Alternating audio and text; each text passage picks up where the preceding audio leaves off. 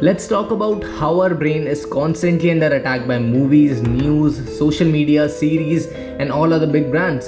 इन सबको पता है कि कैसे हमारे ब्रेन को मैनिपुलेट करना है. People who spend more time on Facebook suffer higher rates of depression than people who spend less time on Facebook. It'll destroy relationships, it'll cost time, and it'll cost money, and it'll make your life worse. And they are so good, ये हमें पता भी नहीं चलने देते कि actual में चल क्या रहा है. And to be honest, it's not our fault. It's not our fault until we are aware of it. मुझे बिल्कुल आइडिया नहीं था कि मैं कितना एडिक्टेड हो चुका हूँ until I have uninstalled Instagram from my phone. The first thing that I noticed after deleting the app from my phone is जब भी मैं फ़ोन यूज़ कर रहा होता था मैं unconsciously बार बार वहाँ क्लिक कर रहा हूँ जहाँ पे ऐप हुआ करती थी. That is when I realized, bro, that I need to take control.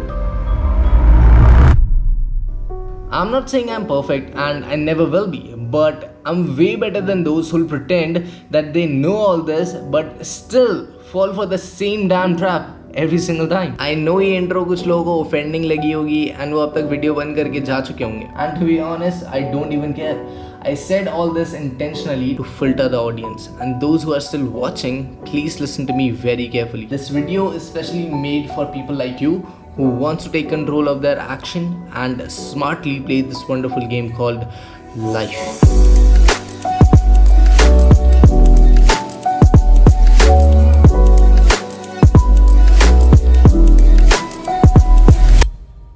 So the first trait that had a major impact on my life was to do something that sucks every single day.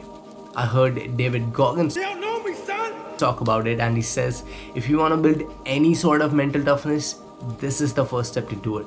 Because when you start to do the things that you hate, you start to build discipline and you become more resilient. And it doesn't have to be as difficult as you think. It could be just making your bed after you wake up, or cleaning the house, or just reading 10 pages of a book. It doesn't have to be complicated at all. So what I do is I like it to be the first thing in the morning so that it sets the right tone for the rest of my day. So what I do is just after I wake up, I do 50 to 100 knuckle push-ups and then I take a cold shower. So I get this quick win and I'm just ready to kill for the rest of the day. Before we talk about the second trait, I'd like to ask you a few questions. Do you really know who you are?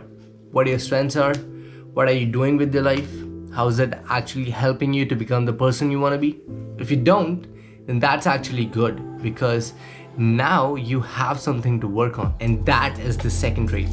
It's self-awareness. To become more self-aware, I had to find something that's gonna help me understand myself better. And there's nothing as efficient as writing about yourself that's gonna help you understand yourself better. So I started writing about myself in my journal. Every once in a while I wrote about what's going on in my life, how I'm handling certain situations, what I could have done better, what are my strengths and weaknesses, everything. So what writing does is it makes those memories, those moments permanent in your head. So the next time you start to doubt yourself, now you have facts to back up your optimistic thoughts. Secondly, it's like leaving your own legacy behind, because in the future when you won't be here on this planet anymore, those journals would still be there, and your family and other people who are interested, they would be able to see what was going on in your life, what mistakes you have made, what advantages you have gained. And it doesn't matter if you succeed or fail in life, because if you succeed, then your journal would tell what to do, and if you failed, then it would tell what not to do, right? So it's a win-win. So why not do it, man? So the third thing we're gonna focus on is questioning your own beliefs. Your thoughts and your beliefs can have a big impact on your mood and your behavior. That is what makes it so important to keep a track on if the thoughts and the beliefs that you have in your head are those your own, or does somebody else have instilled it on you. Now, the right way to do it is by questioning your own positive and negative beliefs. Let me tell you a story about how I overcame one of my negative beliefs. So I used to be very scared of the dark. So one day I was just sitting in my room. It was past 1 a.m. and I saw a video on YouTube about your subconscious mind running 90% of your life. So that got me to thinking. So I started to think if this fear that I have of the dark, is it my own, or is it just based on the stories that I've been hearing since childhood? So what I did was I turned off the light and I put my phone away, and it was past AM, so it was completely dark in the room, and I started getting all these supernatural thoughts, right? But then I started to analyze what's going on in my head. Why am I getting these thoughts? Why am I trying to scare myself? And I started to question, are these thoughts based on my own experience, or are these based on the stories that I've been hearing, or the movies and all that crap? I realized that not even a single thought or a belief was of my own. It was all just assumptions. That is when I realized that fear is not a real thing. It's just in your head. So that is how you can actually question your beliefs about why you feel certain way, and it's good to question your positive beliefs as well, because when you question your positive beliefs, you would increase your faith in it. I cannot emphasize enough how important the fourth trait is, but I hardly see anyone doing it nowadays.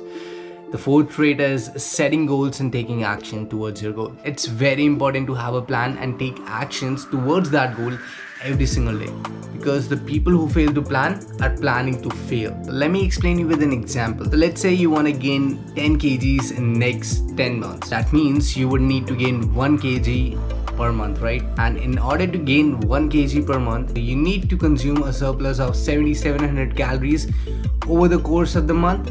But what about every single day? So if you divide that by 30, you would need to consume about 256 calories of surplus every single day. This is how beautiful reverse engineering is. You know what you need to do every single day in order to attain your 10-month goal. It's that easy.